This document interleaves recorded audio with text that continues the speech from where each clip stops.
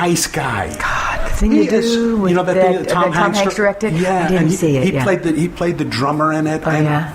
What a warm, don't you like when you go on a set and it's like you see the guy and he comes along, and I had a small part. I was doing a favorite for John, and he was just so warm and likable, and it's like now I want to watch everything he's in because he's just so. That is true. Yeah. So when you work with somebody and you don't have a positive experience, then do you not want to watch their work anymore? I'm that way. Well, sometimes I don't want to watch them. There are some people I have trouble watching their work. Yeah, absolutely. I can honestly chastise myself. I shouldn't be that way. You shouldn't be that way, but it's hard to separate yourself from it. And it's like, but the audiences sometimes can't separate you as the actor from something you've done.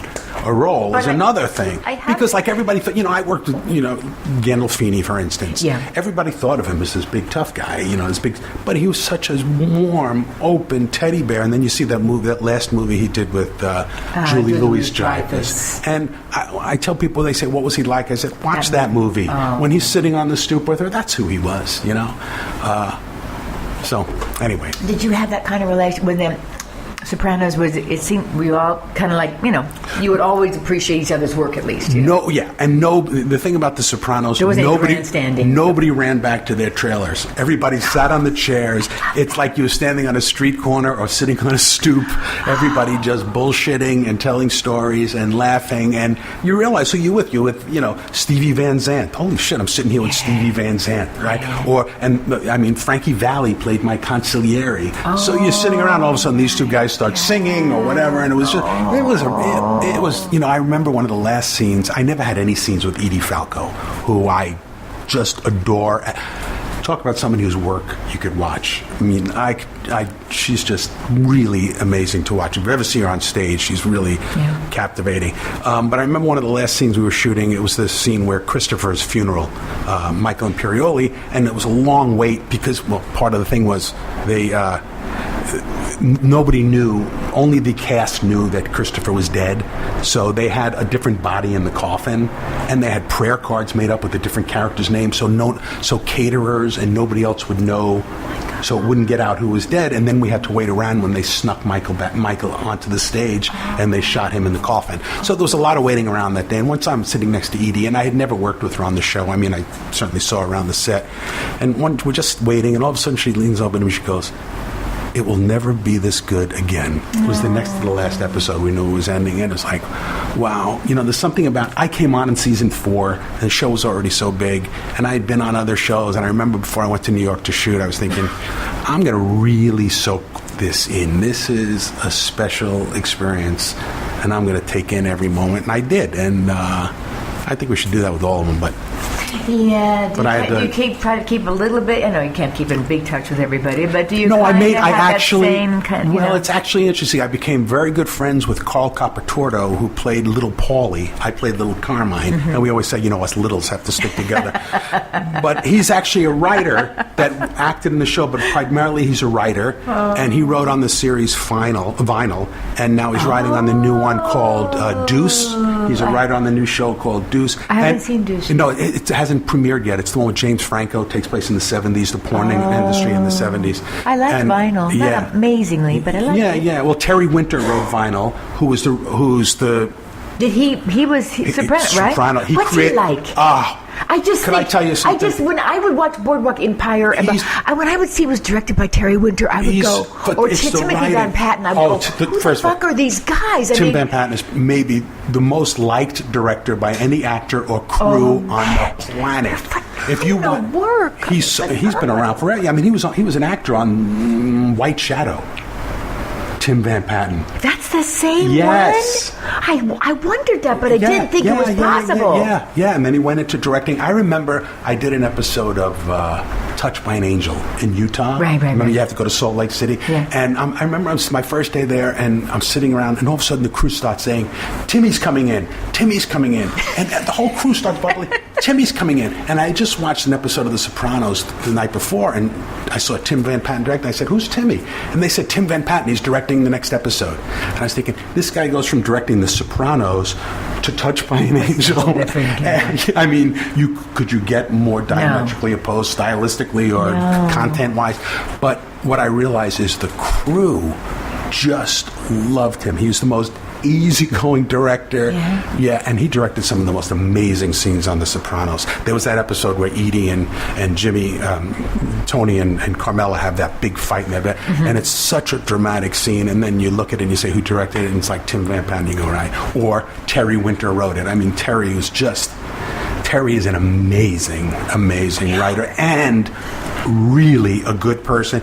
I know a lot. I've met so many people that have been friends with Terry since he was a kid, and they all say he's the same exact guy he is now as he was then, and he's really a successful writer in this town. I mean, he can. Because when you see Boardwalk, when you would hear the actors on Boardwalk Empire talk about it, maybe I don't know why they were doing that, but anyway, they were doing it, and of course we're all shocked because I was shocked because I didn't know half those people were English, especially crazy. I know Al Capone. Right.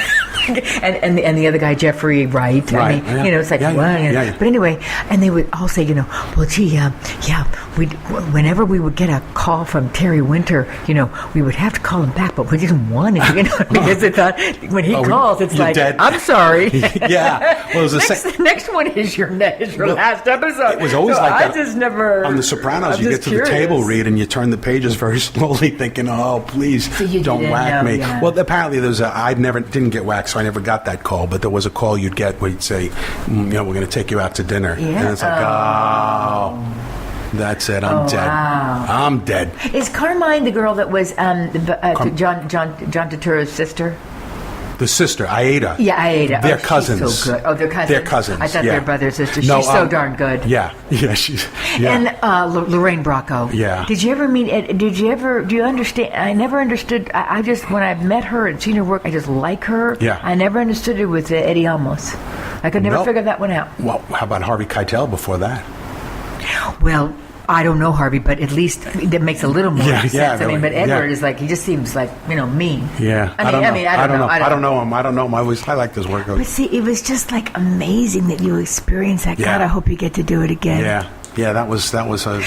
But see, this is it. I loved your character when it was so funny. It wasn't until last night when you would say, a pint of blood costs more than a gallon of gold. And I thought it was goat. No, it's gold. I thought goat. And I would go, and I'd be laughing last. I go, God, that's so funny. Now we should go back to my speech teacher that I was in with Julie Haggerty and say, did he say goat or gold? No, I was doing more work on it. I went, oh my God, it's gold. Oh, that's so funny because I'm gonna make a little turn here. One of my best friends is Colin Hay. Do you know who Colin Hay is? He's the singer, lead singer, frontman of Men at Work. Oh, okay. Right, and he has a solo career that's just spectacular. He's a beautiful singer, songwriter, guitar player, and he's one of my best friends. But he always tells a story about, he'd say, drunk guy would come up and say, play the song about the goat. I don't have a song about it. Yeah, you do. Play a song about the goat. I don't have any song. Yeah, the goats come and then they leave. And the song is, ghosts appear and fade away. And he said, and then I sang, and I'm thinking, I could have just written goats, and they would have loved it. He said, I remember torturing myself over that line, coming up with that line, thinking I wrote a gem. This is great. This is poetry. I'm so proud of this moment. And he thinks it's goats, and he would have been just as fucking happy if it was goats appear and then go. So do you write? Have you write? I do write music or television? No, well, I did. I was a writer on a children's show for Nickelodeon in the 90s called Wienerville. There you go. That's right up your alley. It is, because I was going to ask you, what the fuck is Wienerville? I mean, what is Wienerville? Yes, we were going to go with Cockville, but it was for Nickelodeon. It was already taken.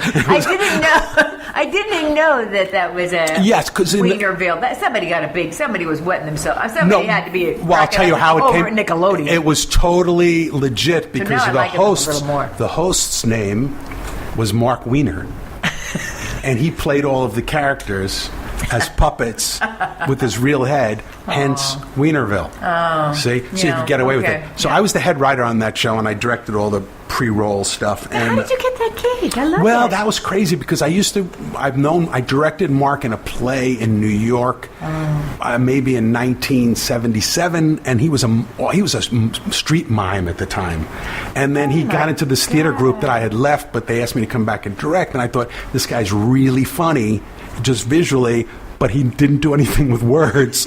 So I started working with him, and then he ended up performing on the streets and doing more and then he ended up going in the clubs, and then he became a pretty successful comic at the Improv and Catch a Rising Star and all those clubs in the 70s when Seinfeld and Larry David and all those guys were in the clubs at the same time. And then he got the show, and he had a writer, some writers, and they called me and said, would you come in? Because I understood how to write for him in particular. So I became the head writer and director. I did that for a while.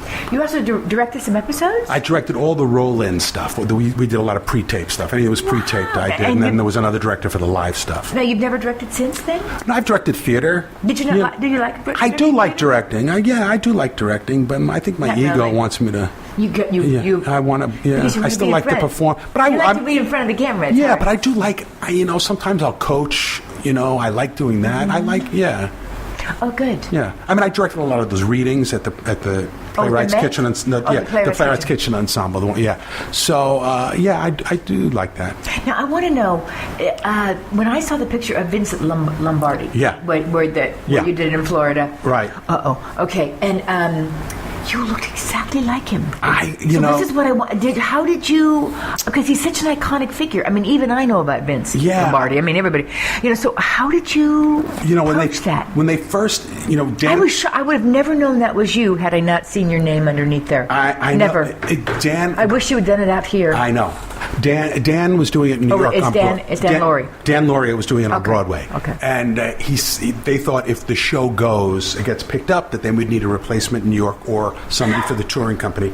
And he said, come to New York, see the play. So I went to see it. He said, because you could do this. And I saw him do it, and I thought, no way on the planet, there's no way I could do this role. There's nothing about this role that resonates with me physically, vocally. I just don't see myself in this role.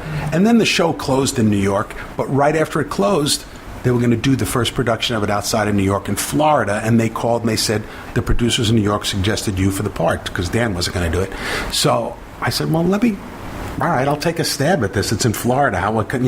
And I went, and it just, the cast was great, and it just gelled, and I really challenged myself, and I thought, wow, I could do it. And the minute, I just did the blacked out teeth. He had those spaces in his teeth, and I cut my hair real short, and I had to put gray in my hair. Most people think I color my hair, but I don't. I had to put gray in my hair. I can tell. And I thought maybe I was too young to play this part. Then I realized I was older when Lombardi was when he died at 58. I didn't know he was only 58 years old. Did he have a heart attack? No, he had stomach cancer. Oh. So I mean, all the pictures you see of him, he was only like 51, 52 years old. He looked alike, but back then they seemed to. Yeah. So. I think I was 58 when I was doing it, somewhere around there. So when I first saw that picture that you probably saw, that was just a makeup test. The space of the thing. I did the gray in the hair, I did the hat, and I just found a little physical thing that he did, and I was like, okay, there it is, and then it became part of my body, and I just ran with it. Now, how did you do Somebody Marry Me? Somebody Marry Me. That's a film. I can't even imagine. Well, Somebody Marry Me came about because I had done an episode of. It's funny how one thing snowballs into another. Well, it's good because as I was going over your resume, there are some shows that have hired you like 1 year and then 4 years later. I think that was I don't know what it was, NCIS. The Practice did that. But isn't that validation though? It's what I mean, because we don't. Everybody asks what validation. There's nothing. We don't have it. There is the best somebody calling you and asking you to come back on another show of theirs and just offering you something. It's like, thank God, because you feel like you've been doing it in a vacuum all these times. Yeah. And David Kelly, I have to say, he just kept me, and now he's doing such great work again. He kind of disappeared. Goliath. I will kill to be on Goliath. I love Goliath. David Kelly, if you're listening, yes, David E. Kelly. I would be killed to be on. Also, that one, it was a book, but it was Big Little Lies. Wow, amazing. Yeah, and I think he's doing another one. Well, I don't know. I started watching Mr. Mercer. Have you started that one? No. Oh yeah, that's him as well. Oh well, Goliath. I can't wait for Goliath. Mr. Uh, that's a book by Stephen King. So it's Stephen King. Mr. Mercedes. What did I say? Mercer. Mr. Mercer. Mr. Mercedes. And what's the name of that lead actor's name? He's amazing. He's Irish. Brendan Gleeson. Oh yeah. Oh really? He's amazing. Wow. Well, he's just amazing. But anyway, I've only. Anyway, go on. Anyway, Goliath, I love. I love when they shoot it. I love seeing the Shay J's on Main Street.